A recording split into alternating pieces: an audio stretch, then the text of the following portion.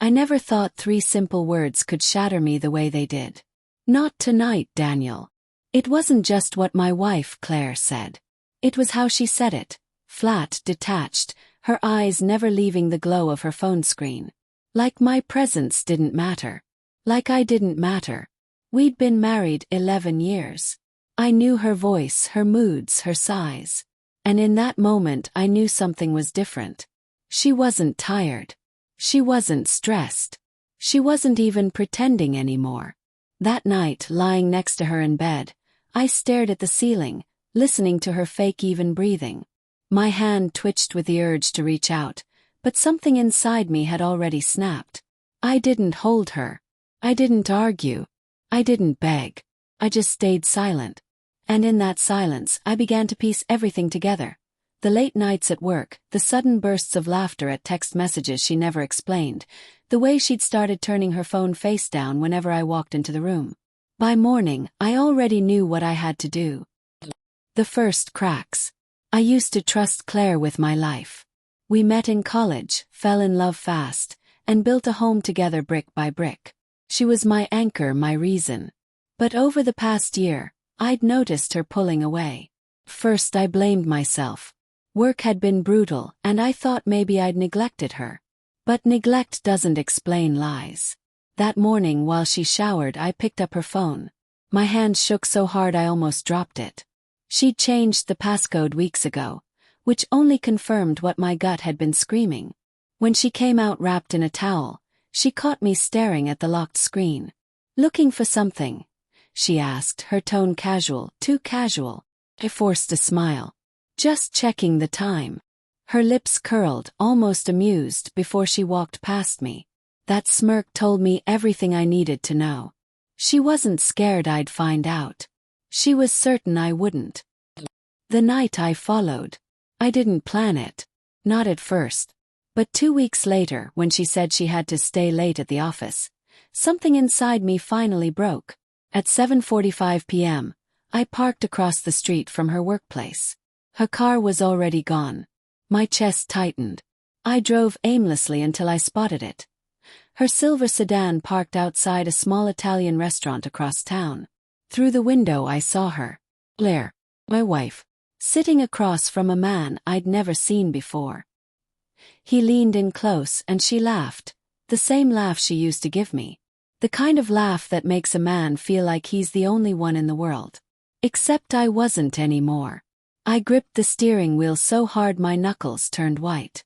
For a moment I thought about storming inside, demanding answers, blowing it all up right there. But something colder, sharper settled over me. Not tonight. Instead I watched.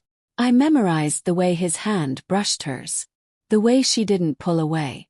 The way her eyes softened for him the way they hadn't for me in months. When they left, I followed them. Far enough not to be noticed, close enough to see them drive to a hotel. That was the night everything inside me died. Silence as my weapon. The next morning she kissed my cheek on her way out the door. Let her. My skin burned where her lips touched, but I said nothing. I started collecting proof. I wasn't reckless. I wasn't about to confront her with nothing but suspicions. Bank statements showed dinners I never attended. Credit card charges for hotels she'd never mentioned.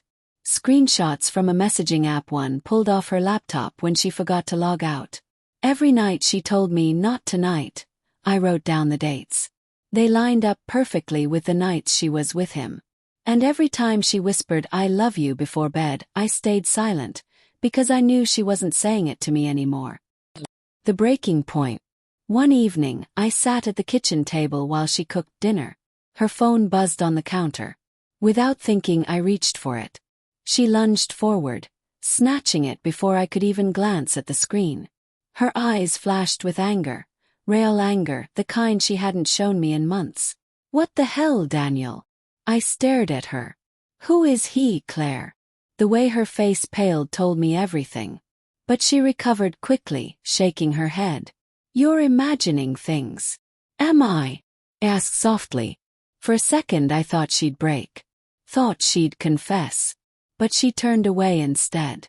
"I don't have time for this." That was it. Not denial. Not tears. Just dismissal. Like our marriage was an inconvenience. A hurdle between her and the life she'd already chosen. That night, when she rolled away from me in bed, I whispered, "Goodbye." She didn't hear me. She was already asleep, or pretending to be. The next day, I left before dawn. My bags were already packed. I'd spent weeks preparing, contacting a lawyer, gathering evidence, closing joint accounts, securing the house deed in my name alone. All the while, she thought I was too blind, too weak to see what was right in front of me. When she finally woke up that morning, I was gone. All she found was a note on the kitchen table. It wasn't long. "Blair, you know, I've known for a while. You chose him, so I'm choosing myself. Don't call me. Don't try to fix this. It's over. Goodbye." I didn't wait to see her reaction. Didn't need to. By the time she read it, I was already hours away, driving toward a future that didn't include her lies. ####the fallout. I called. Over and over. I didn't answer. Then came the texts, pleading, crying, blaming. It was a mistake. It didn't mean anything. We can work this out. You're overreacting. But the one that cut deepest was this. You weren't there for me, Daniel. He was. As if her betrayal was my fault. As if my loyalty, my sacrifices, my love hadn't been enough. I almost broke then. Almost turned the car around. But I remembered every "not tonight." Every time she lied. Every time she chose him over me. Well, she didn't get to rewrite the story. The confrontation. Weeks later, we met in the lawyer's office. She looked smaller somehow, her eyes red from crying. She reached for my hand, but I pulled it away. "Daniel, please," she whispered. "I made a mistake. We can fix this." I stared at her. The woman I once thought was my forever. The woman who had torn my heart apart and expected me to glue it back together. "No, Claire," I said quietly. "You made a choice. And so did I." For the first time, she had no words. Moving on. It's been a year now. The divorce is final. I still wake up some nights reaching for her out of habit, only to remember she's not there. And I'll admit, the silence is heavier than I expected. But it's also cleaner. I've started running again, something I gave up years ago. I see my friends more. Laugh more. Slowly, I'm learning that goodbye doesn't mean the end. It just means the start of something new. And if I ever hear those words again, "not tonight," they won't be followed by silence. They'll be followed by honesty, by walking away before the lies can take root. Because I learned the hard way. Sometimes the most powerful thing you can say isn't shouted in anger. It's whispered in finality. Goodbye.